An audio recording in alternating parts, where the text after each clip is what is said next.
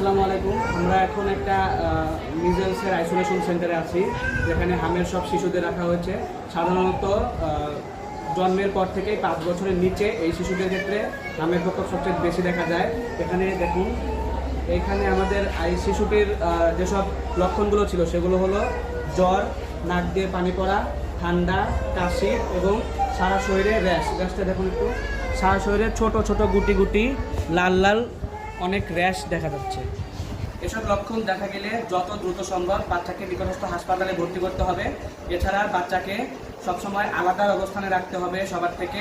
বাচ্চাকে পর্যাপ্ত পানি এবং পুষ্টিকর খাবার খাওয়াতে হবে।